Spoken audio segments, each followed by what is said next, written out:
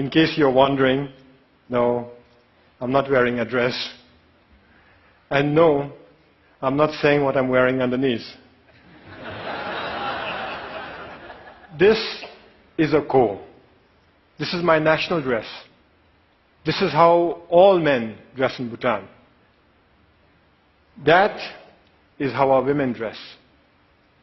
Like our women, we men get to wear pretty bright colors. But unlike our women, we get to show off our legs. Our national dress is unique. But this is not the only thing that's unique about my country. Our promise to remain carbon neutral is also unique. And this is what I'd like to speak about today. Our promise to remain carbon neutral. But before I proceed, I should set you the context. I should tell you our story. Bhutan is a small country in the Himalayas. We've been called Shangri-La, even the last Shangri-La. But let me tell you right off the bat, we are not Shangri-La. My country is not one big monastery populated with happy monks. The reality is that there are barely 700,000 of us, sandwiched between two of the most populated countries on earth, China and India. The reality is that we are a small, underdeveloped country doing our best to survive. But we're doing okay. We are surviving. In fact, we are thriving. And the reason we are thriving is because we've been blessed with extraordinary kings. Our enlightened monarchs have worked tirelessly to develop our country, balancing economic growth carefully with social development, environmental sustainability, and cultural preservation, all within a framework of good governance. We call this holistic approach to development gross national happiness, or GNH. Back in the 1970s, our fourth king famously pronounced that for Bhutan, gross national happiness is more important than gross national product.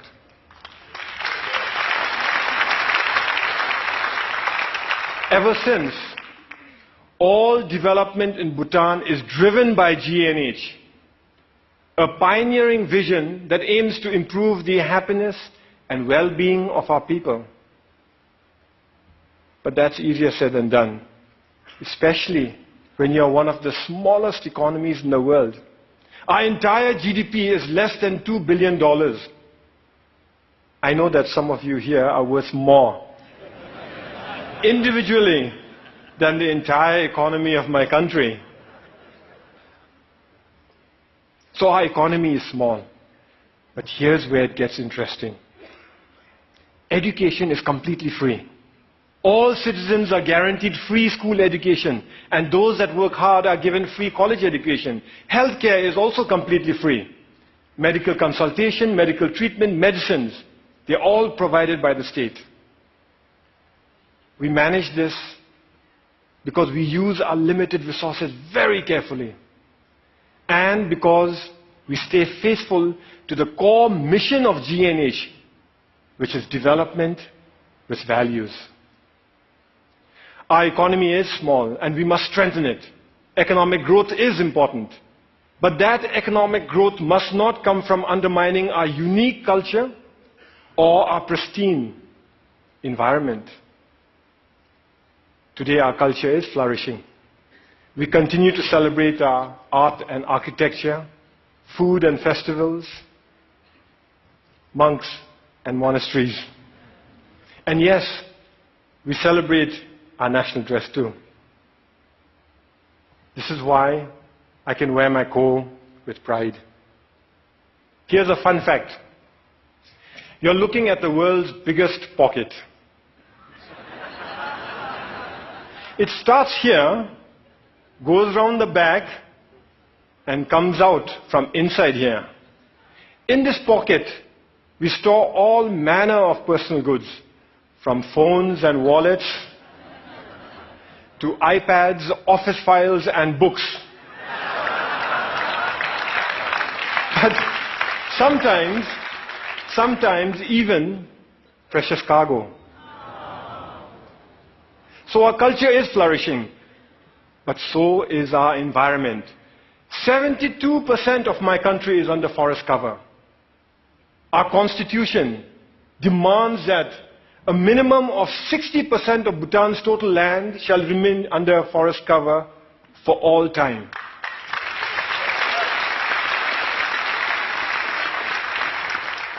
Our constitution, this constitution, imposes forest cover on us.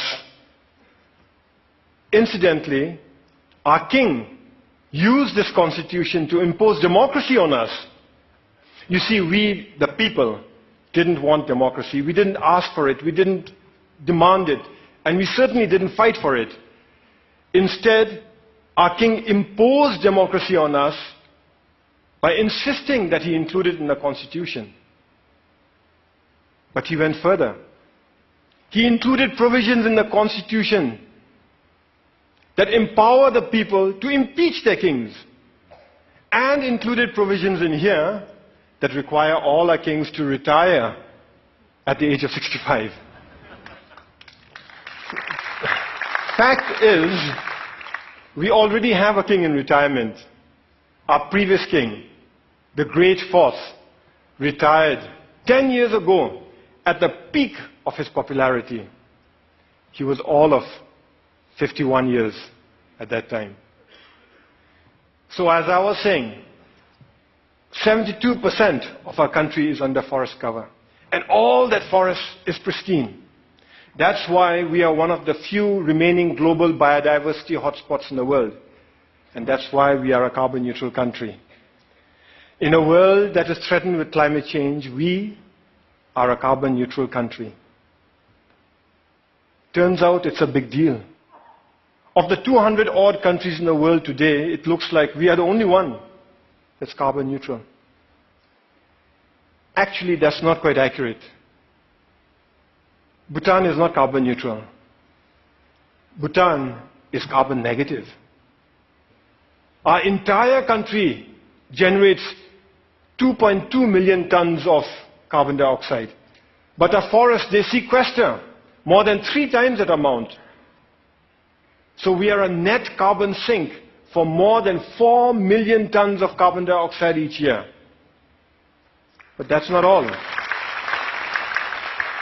We export most of the renewable electricity we generate from our fast-flowing rivers. So today, the clean energy that we export offsets about 6 million tons of carbon dioxide in our neighborhood. By 2020, we'll be exporting enough electricity to offset 17 million tons of carbon dioxide. And if we were to harness even half our hydropower potential, and that's exactly what we're working at, the clean, green energy that we export would offset something like 50 million tons of carbon dioxide a year. That is more CO2 than what the entire city of New York generates in 1 year. So inside our country, we are a net carbon sink. Outside, we are offsetting carbon. And this is important stuff. You see, the world is getting warmer. And climate change is a reality. Climate change is affecting my country.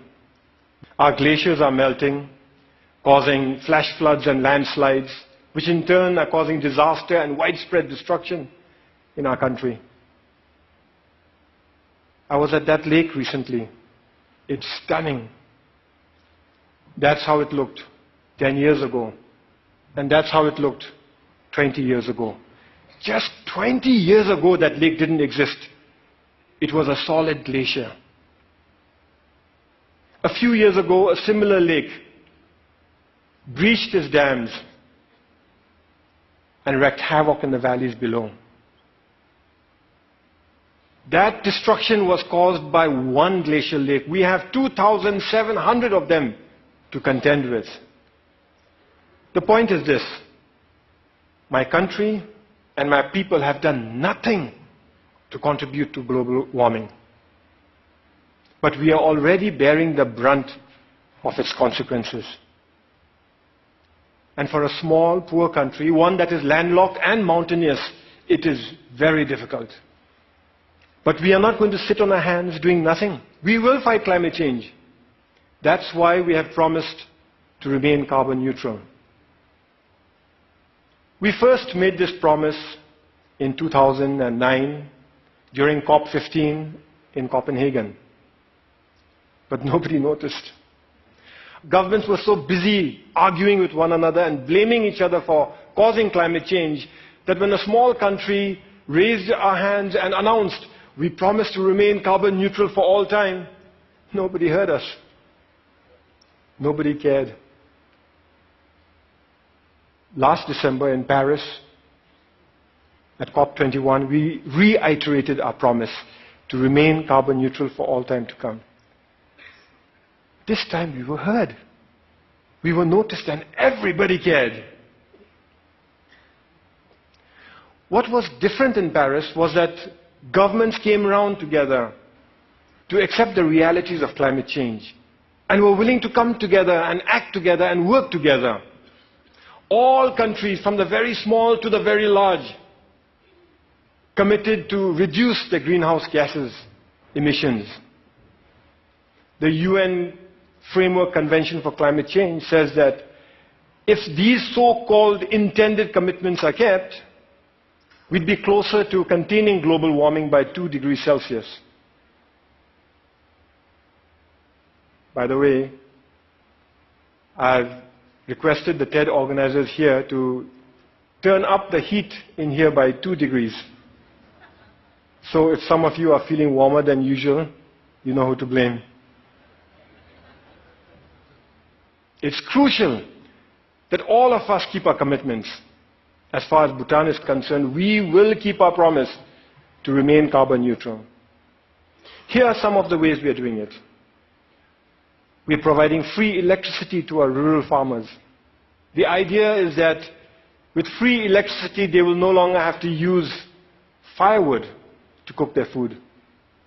We are investing in sustainable transport and subsidizing the purchase of electric vehicles.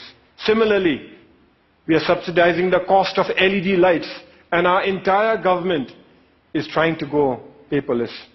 We are cleaning up our entire country through Clean Bhutan, a national program, and we are planting trees throughout our country through Green Bhutan, another national program.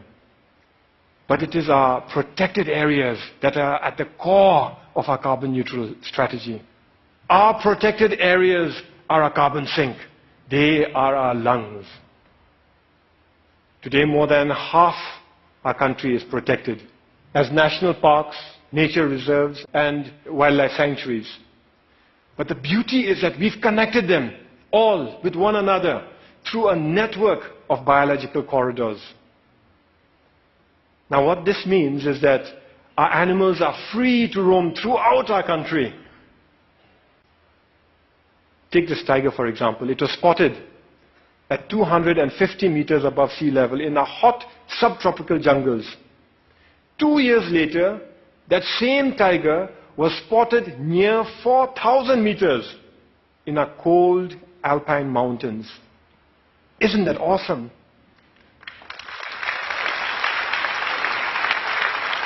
We must keep it that way. We must keep our parks awesome. So every year we set aside resources to prevent poaching, hunting, mining, and pollution in our parks. And resources to help communities who live in those parks manage their forests, adapt to climate change, and lead better lives while continuing